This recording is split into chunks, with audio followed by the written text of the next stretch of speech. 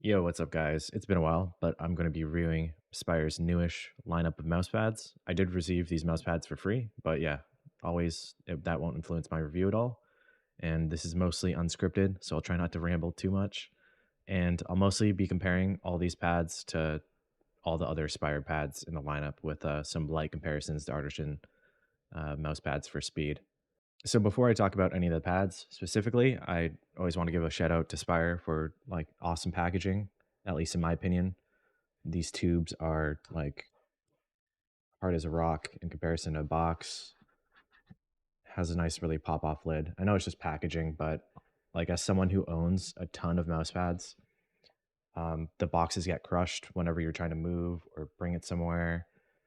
And it's kind of nice just to be able to stack it and have other things rest on top of it, or have it for display or something and it holds its shape, and it's bright and it's colorful, which, yeah, again, definitely are. Each pad has its own different design on it with its color, its name, and everything. So, very nice.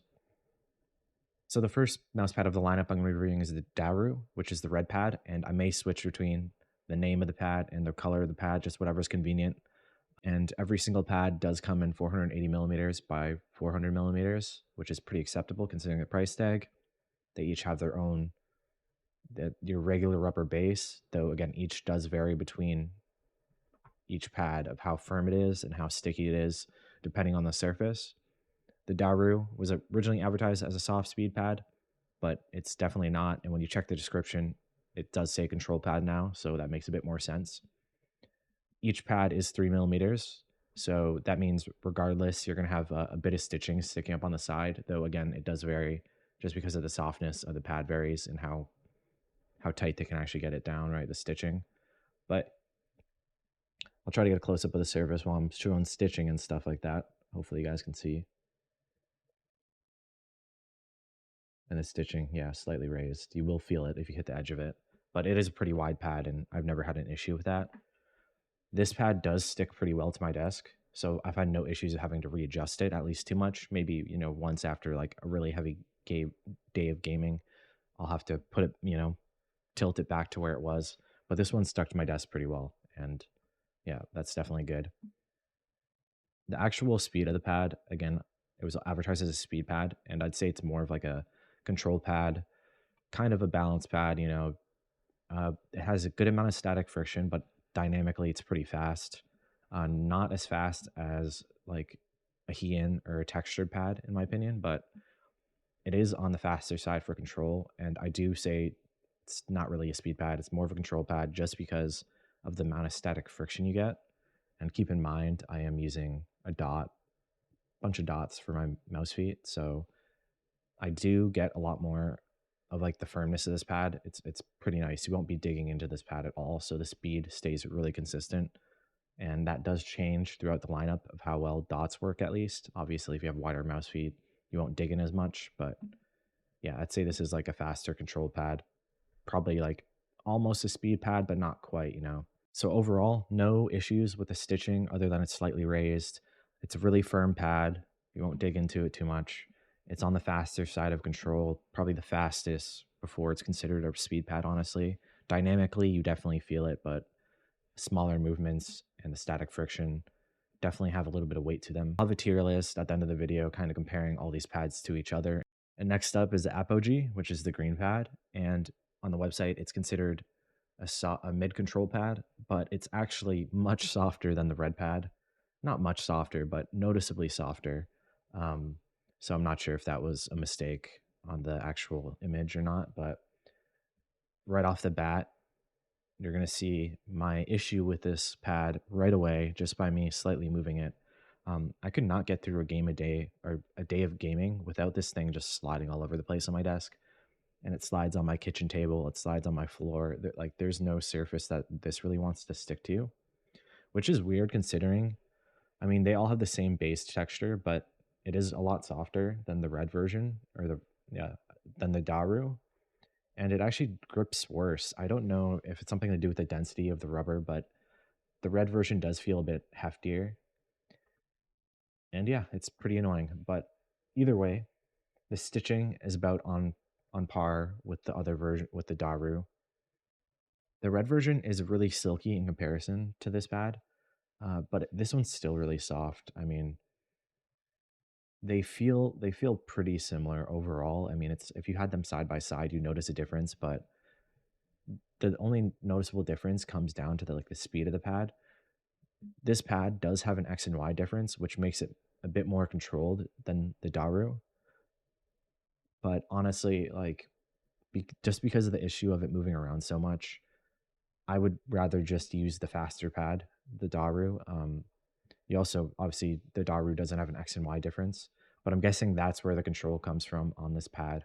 Is the X and Y difference gives you a bit more control, and they do feel really similar.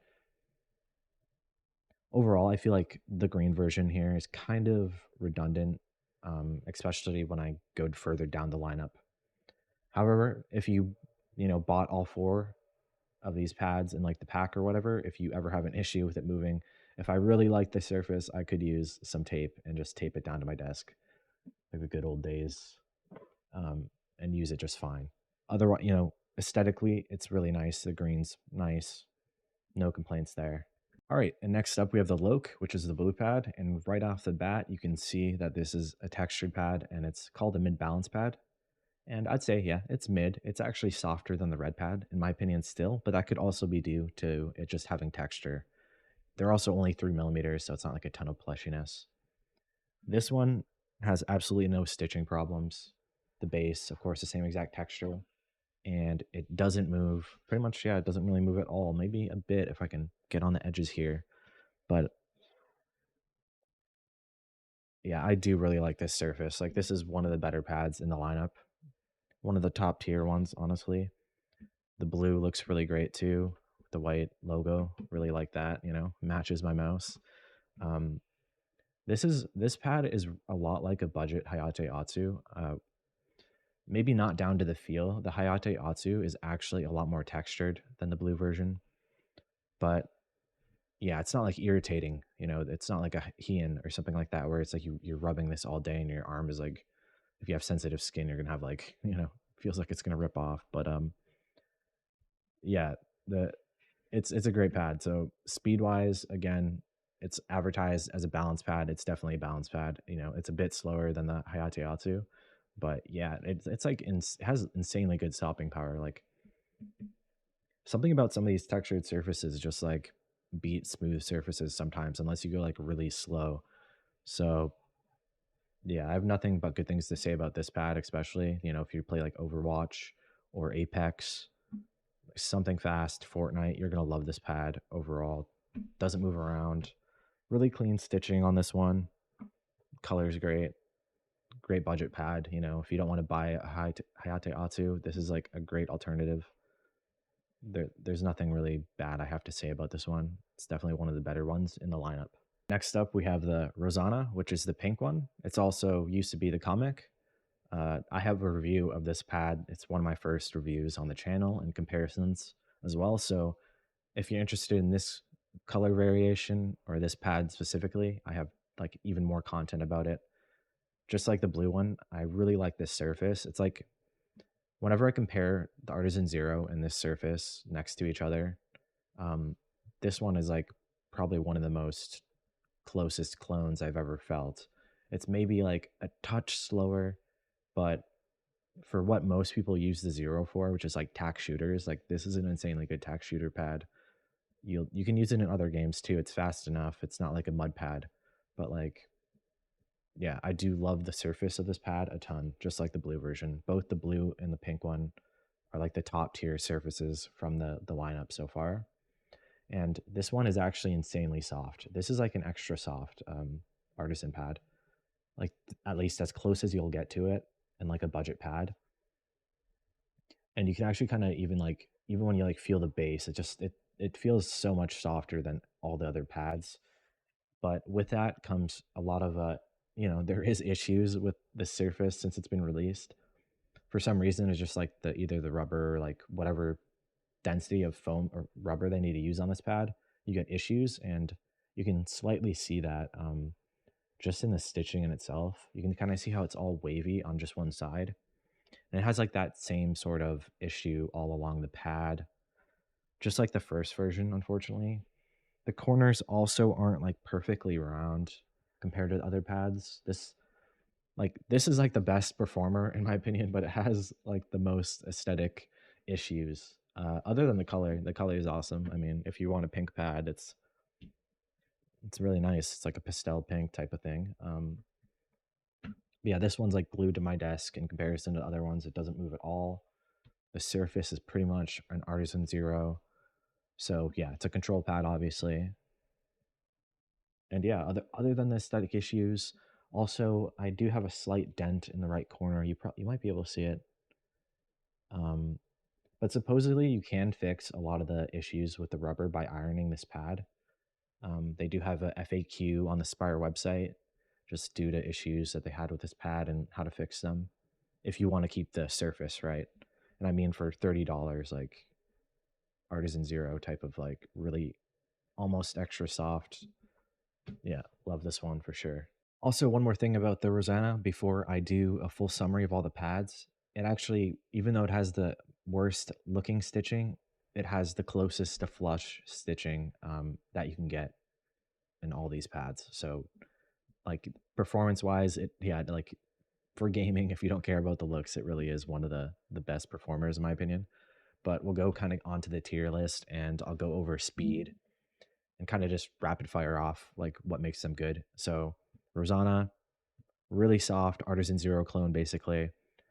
Really close to flush stitching.